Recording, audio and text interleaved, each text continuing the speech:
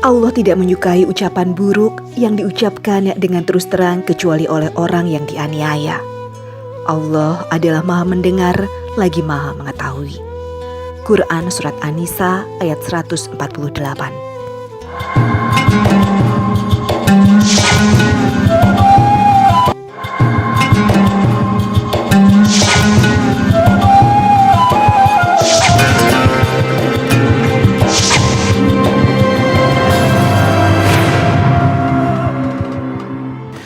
Assalamualaikum warahmatullahi wabarakatuh. Waalaikumsalam. Selamat pagi pemirsa Tawakal yang dirahmati Allah Subhanahu wa taala. Saya Farid Hasan, senang sekali kembali menjumpai Anda. Dan pemirsa di studio alhamdulillah sudah bersama kami Ustadz Ngatawi Al-Zasru. Assalamualaikum Ustadz. Waalaikumsalam warahmatullahi wabarakatuh, Mas Farid. Selain Pak Ustadz juga sudah hadir bersama kami seorang narasumber, kami manggilnya Mbak Syifa. Assalamualaikum Mbak Syifa. Waalaikumsalam Mas Farid. Apa kabar Mbak Syifa? Baik Mas Farid. Alhamdulillah baik. Alhamdulillah. Ya, Mbak Syifa langsung aja Mbak Syifa. Mbak Syifa datang ke Tawakal katanya mau bercerita ada masalah sama kehidupannya ya. Bisa langsung diceritakan Mbak Syifa. Mengenai rumah tangga saya Mas Farid.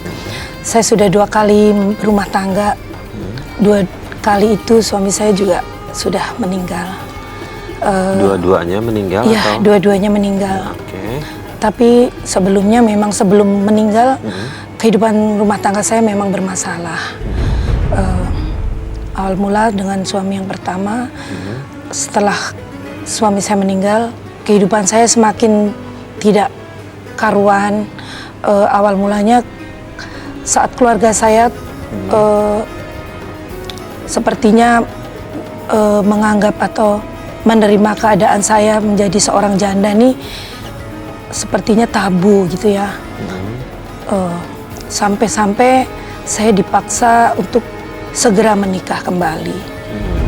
Nggak memutuskan untuk menikah kembalinya itu terpaksa atau memang sebenarnya ada keinginan itu gitu tapi karena belum siap atau gimana? Saya sebetulnya belum, tapi om saya ini yang sering sekali untuk memaksa saya untuk segera menikah kembali. Alasannya apa? Ya itu tadi, mungkin dianggap kurang baik status janda gitu. Jadi dia sering sekali mengenalkan laki-laki kepada saya. Sampai-sampai kalau saya mungkin tidak menuruti atau tidak sejalan dengan apa yang dia mau, jadi kita hubungannya tidak baik. Tidak baik. Iya, om saya kasar, maksa-maksa saya untuk mengenalkan laki-laki. Pada suatu saat, laki-laki yang dia kenalkan saya sangat tidak suka. Tidak suka, oke. Sebelumnya saya tanya dulu, tinggal sama om karena orang tua sudah tidak ada atau? Iya. Sudah tidak ada. Oke. Gini, sebentar sebelum saya tanya lagi, Pak Ustadz, ini ada saya mau tanyakan ke Pak Ustadz adalah boleh nggak sih Pak Ustadz kita nih atau siapapun itu gitu menyuruh saudara kita, entah ponakan atau siapapun itu untuk menikah lagi cuma karena lantaran status orang itu janda gitu Pak Ustadz? Jadi begini Mas Faris, saya sebetulnya ingin mengeksplor lebih jauh dari suami yang pertama ya, gimana kondisinya sampai terjadi janda. Tapi saya akan menjawab pertanyaan ini dulu, bahwa janda itu beberapa ulama menyatakan, terutama ahli fikih, itu sebetulnya sudah gugur hak kewaliannya.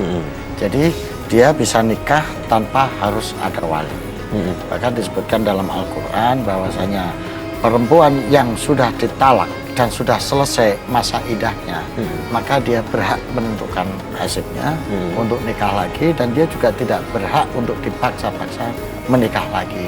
Itu secara tegas disebutkan dalam salah satu ayat di Al-Quran itu seperti itu. Jadi artinya apa?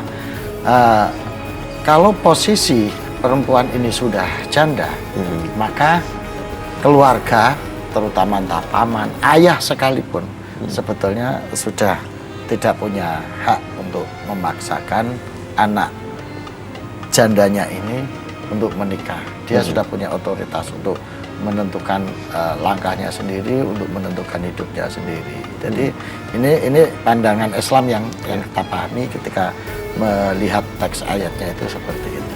Mas Faris. Oke, baik. Mbak Syifa, boleh tahu nggak kenapa sih selain ada nggak alasan lain gitu selain karena statusnya Mbak Syifa, Mbak Syifa itu begitu ingin Mbak Syifa untuk menikah lagi tadi hingga bahkan banyak laki-laki didatangkan untuk dikenalkan dengan Mbak Syifa gitu ya? Sepertinya om saya ini mungkin ada dendam dengan papa saya, keluarga saya. Mungkin dia tidak ingin melihat saya bahagia, jadi dia menginginkan saya mungkin hidup menderita, sampai maksa-maksa saya untuk dikenalkan dan saya mau dengan pilihannya. Nah, akhirnya saya cekcok sampai saya kabur dari rumah. Dari rumah itu? Iya.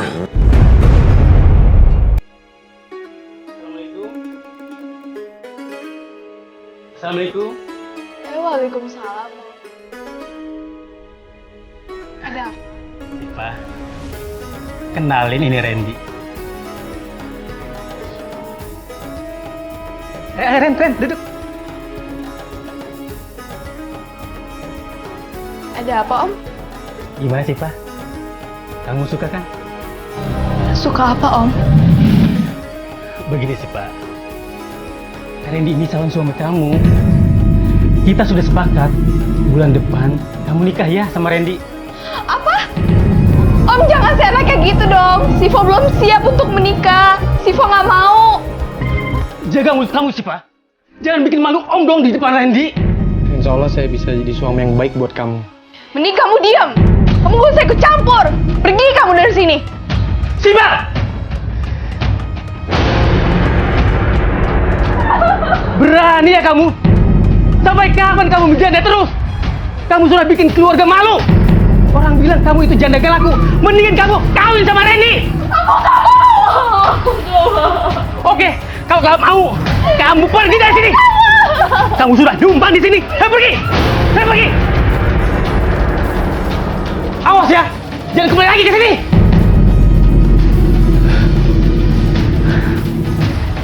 Maaf ya, Ren. Saya nggak boleh membawa anak-anak. Saya memutuskan untuk cari tempat kos sendiri. Oke, ada berapa anak dari yang suami pertama? 2.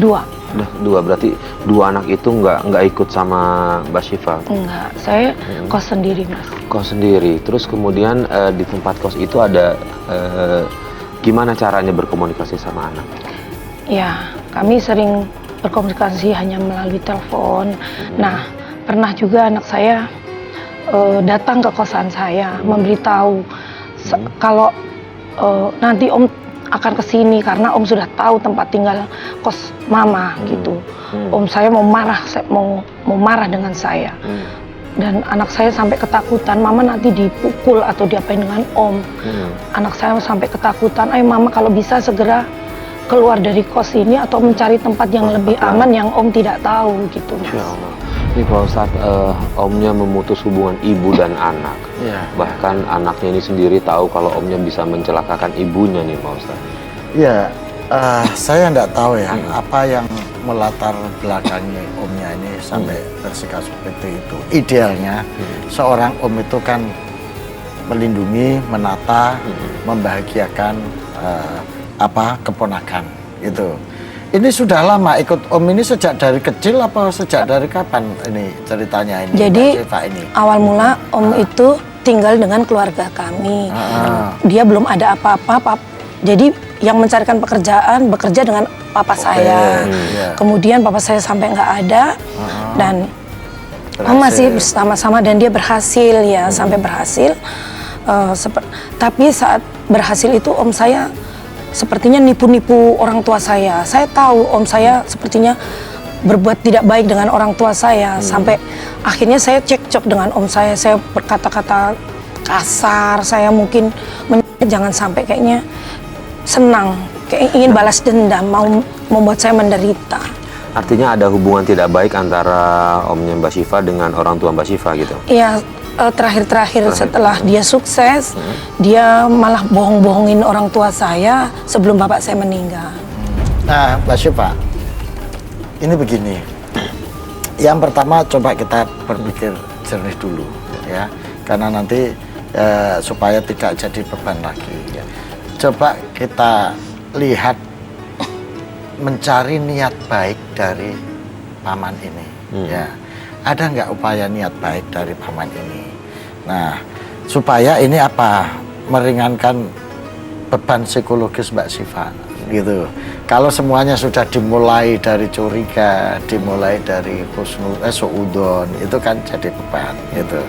Tadi Mbak Syifa bilang bahwa ini paman mencoba mencarikan jodoh gitu supaya secepatnya Mbak Syifa nikah, ya kan? Nah, ini kan alasannya tadi supaya statusnya jelas, nggak jadi bahan gunjingan.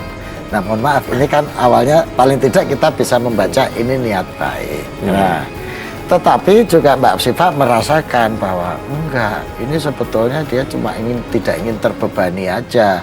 Karena kalau saya ada yang menikahi, ada yang ngawini saya, maka dia secara otomatis akan lepas beban tanggung jawab kepada Mbak Syifa gitu. Oke.